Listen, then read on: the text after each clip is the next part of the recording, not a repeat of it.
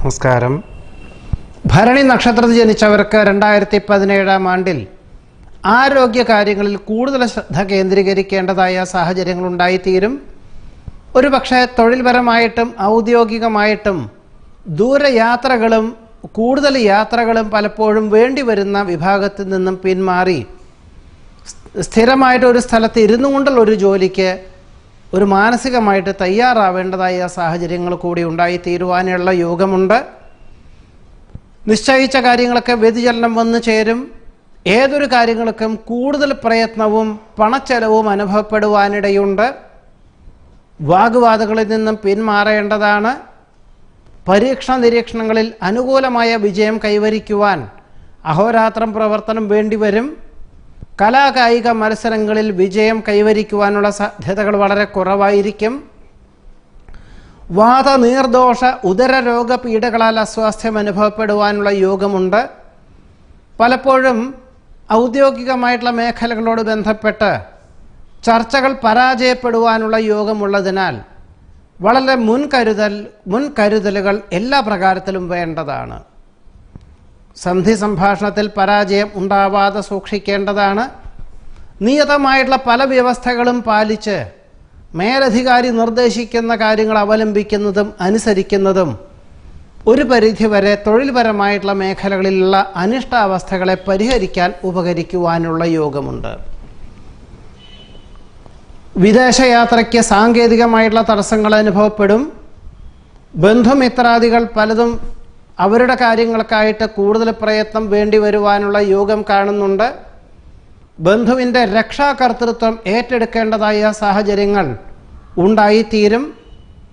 പലപ്പോഴും വാഗ്വാദങ്ങളിൽ നിന്നും പിന്മാറുന്നത് ഭാവിയിലേക്ക് ഗുണകരമായി തീരുവാനുള്ള യോഗം കാണുന്നുണ്ട്.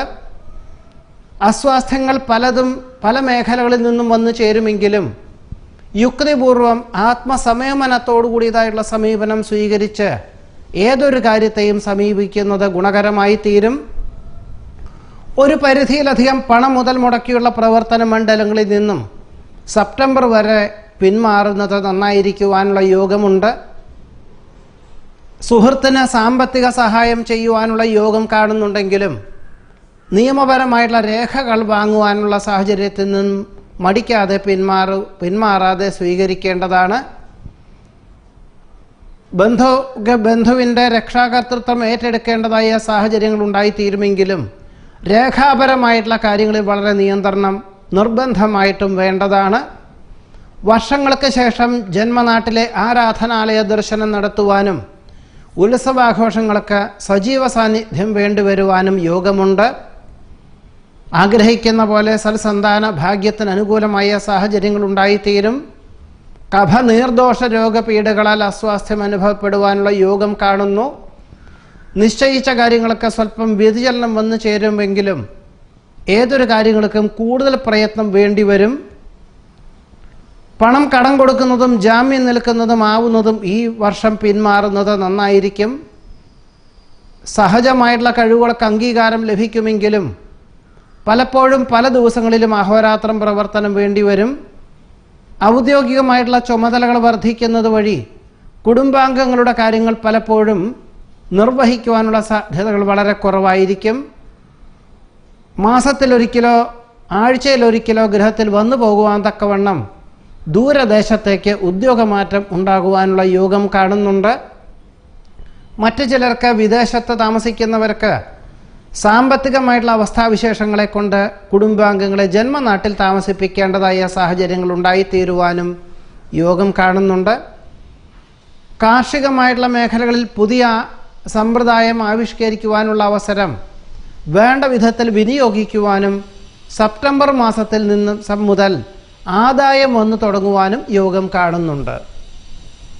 വ്യാപാര, വിപണന, വിതരണ മേഖലകളിൽ നിന്നും ജൂൺ മാസത്തിന് ശേഷം പുതിയ കാര്യങ്ങളൊക്കെ ഏർപ്പെടുവാനും സെപ്റ്റംബർ മാസം മുതൽ സാമ്പത്തികമായിട്ടുള്ള മേഖലകളിൽ അനുകൂലമായ സാഹചര്യങ്ങൾ ഉണ്ടായിത്തീരുവാനും യോഗമുള്ളത് വഴി ഗൃഹത്തിൻ്റെ അറ്റകുറ്റപ്പണികൾ പൂർത്തീകരിച്ച് സെപ്റ്റംബർ മാസം മുതൽ 4 മാസത്തിൻ്റെ ഉള്ളിൽ ഗൃഹപ്രവേശന കർമ്മം നിർവഹിക്കുവാനും യോഗം കാണുന്നു.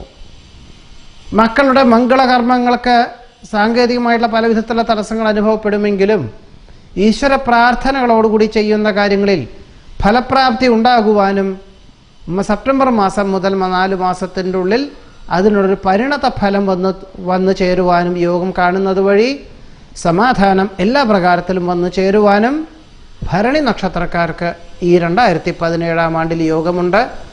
ഏതു വിധത്തിലും സെപ്റ്റംബർ മാസം വരെ ഭരണി നക്ഷത്രത്തിൽ ജനിച്ചവര് ഈശ്വര പ്രാർത്ഥനകളോടുകൂടിയും ആത്മസംയമനത്തോടുകൂടിയതായിട്ടുള്ള സമീപനം സ്വീകരിക്കുന്നത് ഗുണകരമായി തീരും എന്ന് തന്നെയാണ് പറയേണ്ടത്. നമസ്കാരം.